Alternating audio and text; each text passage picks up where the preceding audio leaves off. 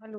So friends, अभी हम पढ़ रहे हैं चैप्टर सुसाइड, जिसमें हमने पिछले वीडियो में पढ़ा था सुसाइड के क्या क्या कारक हैं, किसे सुसाइड कहते हैं, क्या उन कौन से प्रेरित कारक होंगे।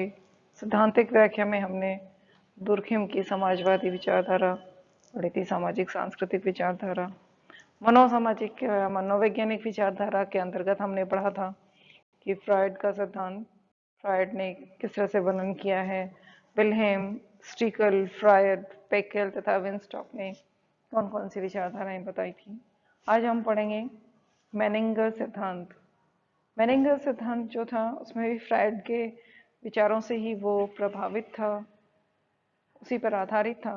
उन्होंने एक किताब लिखी थी मैन अगेंस्ट हिमसेल्फ, जिसमें उन्होंने ये विचार प्रस्तुत किया कि आत्महत्या विपरीत मानव हत्या है, यानी इन्वर्टेड होमिसाइड है, क्योंकि रोगी में दूसरे व्यक्ति के प्रति क्रोध पाया जाता है और यह एक तरह से रेट्रोफ्लेक्स मर्डर है, या इनवर्ड टर्न जो हो जाता है। यहाँ पे व्यक्ति सफाई के लिए या दंड के लिए एक्सक्यूज करता है के रूप में होता है। यहाँ इसमें सेल्फ डायरेक्टेड जो मूल वृत्ति है, मृत्यु मूल वृत्ति, जिसका वर्णन की फ्रायड ने किया था, इन्होंने भी इसी संदर्भ में इसकी व्याख्या की है, जिसको फ्रायड ने थेनाटोस कहा था, जिसमें उन्होंने कहा था कि व्यक्ति जो है अपने, जब उसमें मृत्यु मूल प्रवृत्ति अधिक होती है तो वो सेल्फ डायरेक्टेड जो है वो उसका हथियार के रूप में वो अपने आप को खत्म कर लेता है। यहाँ पे इन्होंने तीन बातें इसके अंतर्गत और जोड़ी कि तीन और घटक होते हैं जो कि इसको आत्महत्या को प्रबल बनाते हैं, जैसे किसी को मारने की इच्छा, या किसी के द्वारा मारे जाने की इच्छा, या मृत्यु प्राप्त करने की इच्छा। अगर ये तीनों विचार भी व्यक्ति में सम्मिलित होते हैं तो व्यक्ति आत्महत्या करने के लिए प्रेरित होता है। उसके बाद अगला आता है आधुनिक सिद्धांत। आधुनिक सिद्धांत के अंतर्गत आधुनिक सिद्धांत अनुसंधानकर्ताओं का ये मानना था कि कोई भी विशिष्ट मनोगत्यात्मक यानी साइकोडायनेमिक या पर्सनैलिटी स्ट्रक्चर आत्महत्या के साथ जुड़ा हुआ नहीं है, वरन ये मानते थे कि आत्महत्या करने वाला व्यक्ति जो है वो कल्पनाओं में रहता है। वो पहले से ही ये कल्पना कर लेता है कि क्या होगा, कौन सी घटना घटित होगी, कैसे घटित होगी और उसका परिणाम क्या होगा।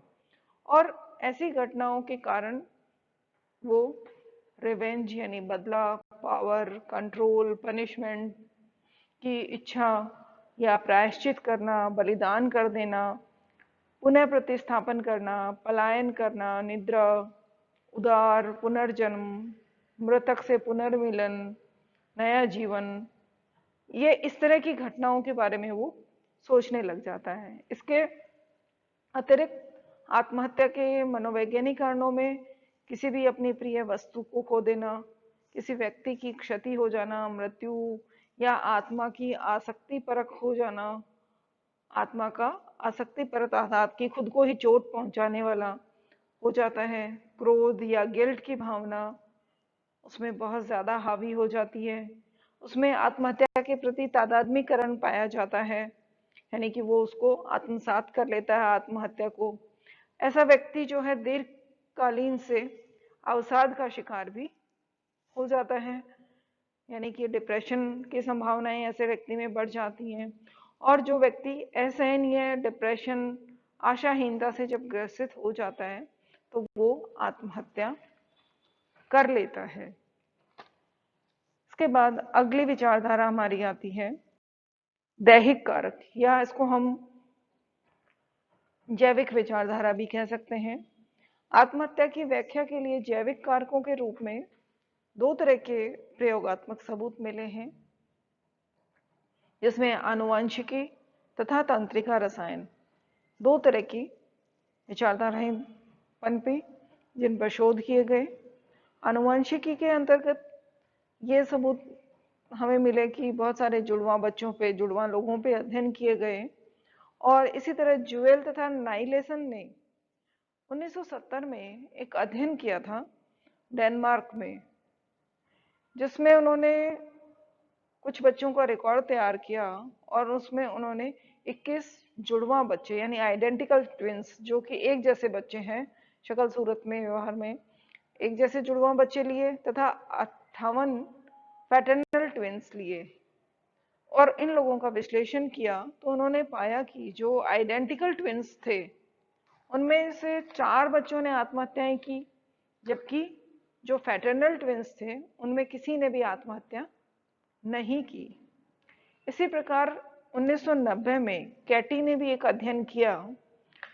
उन्होंने अपने अध्ययन में देखा कि आत्महत्या की जो दर है, सुसंगत दर जो है, वो एकांकी जुड़वा बच्चों यानी आइडेंटिकल ट्विंस बच्चों में जो फैटर्नल ट्विंस बच्चे होते हैं उनकी अपेक्षा ज्यादा होती है।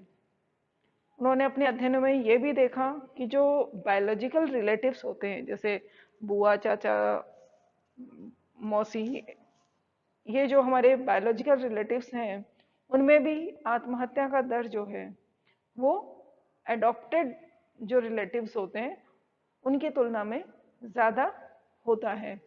उन्होंने आत्महत्या के प्रयास में जैविक कारकों की भूमिका को स्पष्ट किया था। इसी प्रकार से बहुत सारे अध्ययनों में यह भी प्राप्त किया कि आत्महत्या परिवारों में फैलती है। जैसे किसी भी एक परिवार में कोई व्यक्ति जब एक आत्महत्या का प्रयास करता है तो उसका पॉजिटिव इफेक्ट जो है परिवार के अन्य सदस्यों पर पड़ता है। जैसे बहुत सारे जो साइकोलॉजिकल पेशेंट्स होते हैं उनमें जो है उनके जो फर्स्ट डिग्री रिलेटिव्स होते हैं, फर्स्ट डिग्री जैसे माता पिता, भाई भाई बहन है, फर्स्ट डिग्री रिलेटिव्स जो हैं उनमें सामान्य व्यक्तियों के जो संबंधी हैं उनकी तुलना में आत्महत्या करने की दर ज्यादा संभावना हो जाती है। जब परिवार में कोई भी व्यक्ति आत्महत्या कर लेता है तो उसी परिवार के जो किशोर बच्चे हैं, जो एडोलसेंस बच्चे हैं, वो जब उनको कोई असहनीय पीड़ा होती है तो उस असहनीय पीड़ा से बचने के लिए वो आत्महत्या जो उनके परिवार में किसी ने की थी उसको रोल मॉडल मानते हुए कर लेते हैं और व्यक्ति अंततः सुसाइड को प्रवृत्त हो जाता है। इसी तरह कुछ और भी अध्ययन किए गए कि कुछ लोगों ने आत्महत्या जब की तो उनके परिवार के सदस्यों में देखा गया कि उनको बहुत ज्यादा अवसाद की विकृति थी, यानी मेजर डिप्रेसिव डिसऑर्डर था, उनको बाइपोलर डिसऑर्डर था, कई बार उनको मूड डिसऑर्डर्स भी थे और उनमें आवेगशीलता यानी इम्पल्सिव थे, वो बहुत ज्यादा आवेग अपने इमोशंस पे कंट्रोल नहीं कर पाते थे, को भी एक जन्य कारक माना जा सकता है आत्महत्या के लिए। जो सेरोटोनिन से साचरित है, जो कि आत्महत्या का एक बड़ा कारण माना जाता है। सेरोटोनिन जो है हमारे अंदर खुशी प्रदान करता है। अगर इसका स्राव कम होता है तो व्यक्ति डिप्रेशन में चला जाता है और धीरे धीरे वो आत्महत्या को प्रवृत्त हो जाता है। इसी तरह कुछ न्यूरोट्रांसमीटर्स भी होते हैं जिनको हम तंत्रिका रसायन कहते हैं, वो भी हमारे आत्महत्या के लिए उत्तरदायी होते हैं। जैसे कि डिप्रेशन के जो रोगी होते हैं उनके अंदर देखा गया कि सेरोटोनिन का अभाव पाया जाता है, सेरोटोनिन की कमी पाई जाती है, जो कि हमारे मेटाबॉलिज्म में 5 हाइड्रोक्सी इंडोलैक्टिक एसिड यानी 5-HIAA के ह्रास के रूप में प्राप्त होता है। जो व्यक्ति हिंसक होते हैं, बंदूक से ऐसे लोग हिंसक विधियों के द्वारा या बंदूक से अपनी आत्महत्या करते हैं या किसी ऊंचे स्थान से कूद करके आत्महत्या करते हैं, उनमें अवसादी व्यक्तियों की तुलना में जो है CSF जो कि सेंट्रो स्पाइनल फ्लूइड जिसको हम कहते हैं या सेरिब्रल स्पाइनल फ्लूइड कहते हैं, जो हमारे मस्तिष्क में पाया जाता है, उसमें भी 5-HIAA का स्तर जो है वो कम पाया जाता है।